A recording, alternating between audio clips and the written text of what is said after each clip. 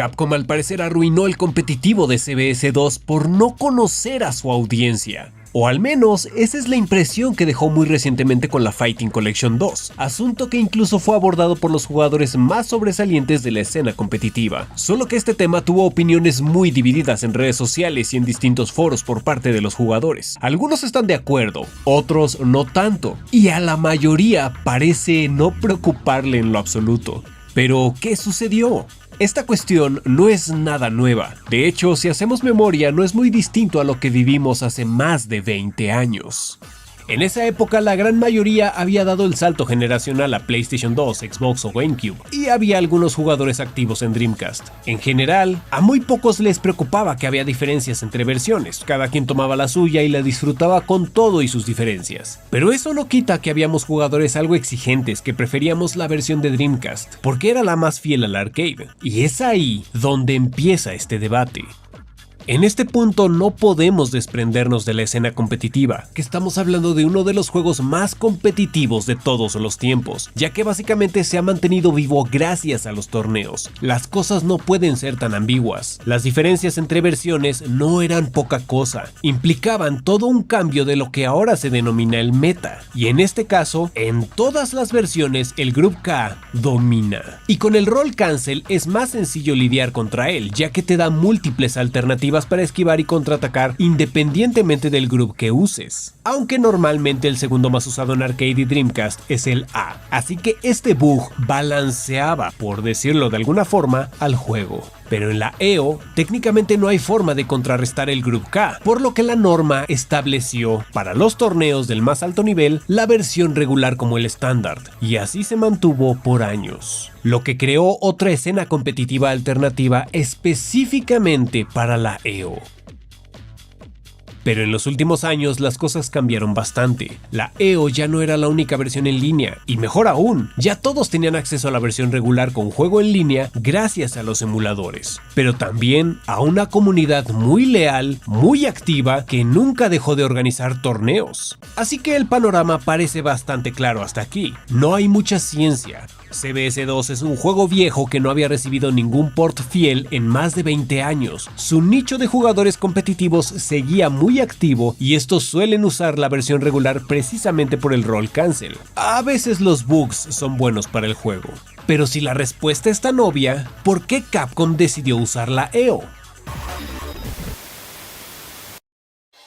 En una entrevista que le hicieron al productor de estas colecciones, Shuhei Matsumoto, se le preguntó sobre la posibilidad de cambiar entre distintas versiones de un mismo juego, entre la regular y la EO, a lo cual contestó: la forma de jugar cambia según la versión y hemos incluido una función que te permite cambiar entre la versión arcade y la EO, que es la versión doméstica. Sin embargo, para ser honesto, es difícil hacerlo en todos los juegos porque no quedan tableros de esa época, y hay algunos que se han actualizado a detalle y es difícil verificar las diferencias. Así que básicamente usamos la versión que muchos usuarios han estado jugando. Si nos detenemos un poco a observar detenidamente esta respuesta, vemos varios detalles interesantes. Primero, están conscientes de que la jugabilidad cambia, así que para que un juego sea candidato a tener múltiples versiones, estas tienen que ser muy distintas entre sí, y no solo tener cambios mínimos o meramente estéticos. Vamos, que valga la pena cambiar de una a otra. Por otro lado, al mencionar a los tableros de esa época, nos deja ver que están utilizando el código fuente de los juegos. Para los que quizá no sepan qué es el código fuente, es literalmente el archivo original de programación del juego. La versión comercial es solo una copia de lo que el desarrollador quiere que veas como el producto final. Y para modificar un juego correctamente es importante este detalle, ya que de otra forma, si se usa una copia comercial y se modifica, solo estarían aplicando, por decirlo así, mods encima del juego. Y esto puede ser muy riesgoso en términos de estabilidad y rendimiento. Pero la idea de estas nuevas colecciones es traer buenos ports de arcade, y para lograrlo tienen que hacer que el juego funcione tal cual la versión original. Y tras 20 años es muy probable que ni Capcom tenga acceso a todos los códigos fuente de todos estos juegos, o por lo menos no de todas las versiones. Y finalmente menciona la versión que muchos usuarios han estado jugando. Pero no dijimos que la escena competitiva usa la regular. ¿De dónde sacan que la EO? ¿Recuerdan lo que les dije de la versión de Xbox? Sí, estadísticamente es muy probable que la mayoría mayoría efectivamente juega la EO. ¿Por qué? Porque la escena competitiva es solo una fracción del total de jugadores, y si lo primero que te pasa por la mente es Fightcade o los emuladores, lamento informarte que estos no cuentan en estadísticas oficiales, aunque en muchos casos los desarrolladores sí suelen tomar en cuenta estas estadísticas. Pero es aquí donde vamos a enfocarnos en la comunidad, porque al final estos serán los consumidores.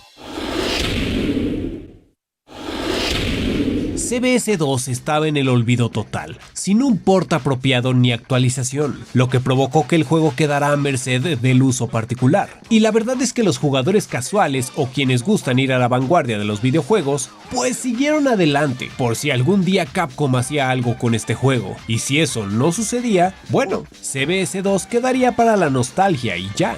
Por lo que la comunidad competitiva buscó sus propios medios para mantenerlo vivo, y escogieron la mejor versión para ellos, que es la de arcade, seguida por la de Dreamcast y en últimas instancias la de PlayStation 2.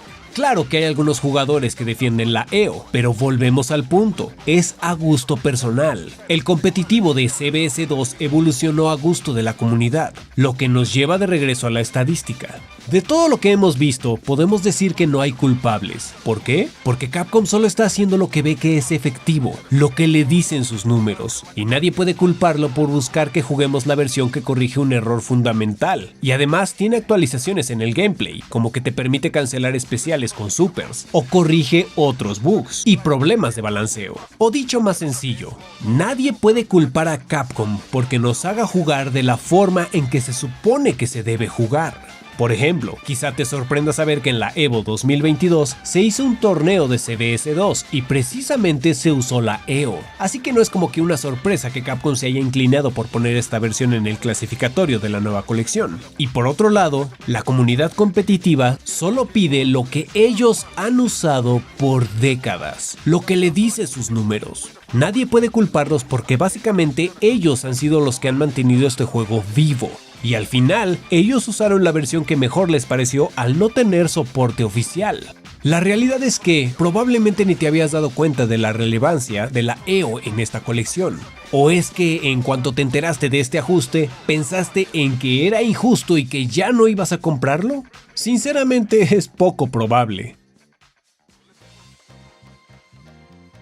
Si observamos el panorama, del total de jugadores, la mayoría solo juega por nostalgia o por moda, por lo que dejarán de jugarlo en algún punto. Es por eso que se ven caídas muy pronunciadas en la población de jugadores meses después del lanzamiento de cualquier juego. Y de los que quedan, solo una minoría juega clasificatorio ocasionalmente, quizá un 30%. Y de esos, solo unos cuantos seguirán jugando clasificatorio de forma regular. Y de este pequeño porcentaje, solo una fracción realmente son competitivos, o quienes van a los torneos, pues. Así que si realmente te afectan estas diferencias, estás en el pequeño grupo de jugadores competitivos, o que realmente se toman en serio el clasificatorio. Así que es aquí donde Capcom debería de dejar de mirar sus estadísticas y darse una vuelta por ese bajo mundo que ellos mismos propiciaron al dejar en el olvido estos juegos por tanto tiempo. Ver a ese nicho competitivo leal que ha mantenido el juego vivo, y que finalmente serán los que lucharán por estar en los torneos del más alto nivel y así poder darles lo que ellos usan. Mejor aún, si le es posible a Capcom crear una opción para activar y desactivar el roll cancel, igual que lo hizo con el Cyttorak glitch de Juggernaut en MVC 2, sería increíble. Este drama también lo vimos precisamente con el Cyttorak glitch en MVC 2. La comunidad competitiva se puso furiosa y comenzó a hacer mucho ruido en redes sociales por un asunto que solo afecta a un sector muy pequeño, incluso dentro de los competitivos, porque pocos usan a Juggernaut.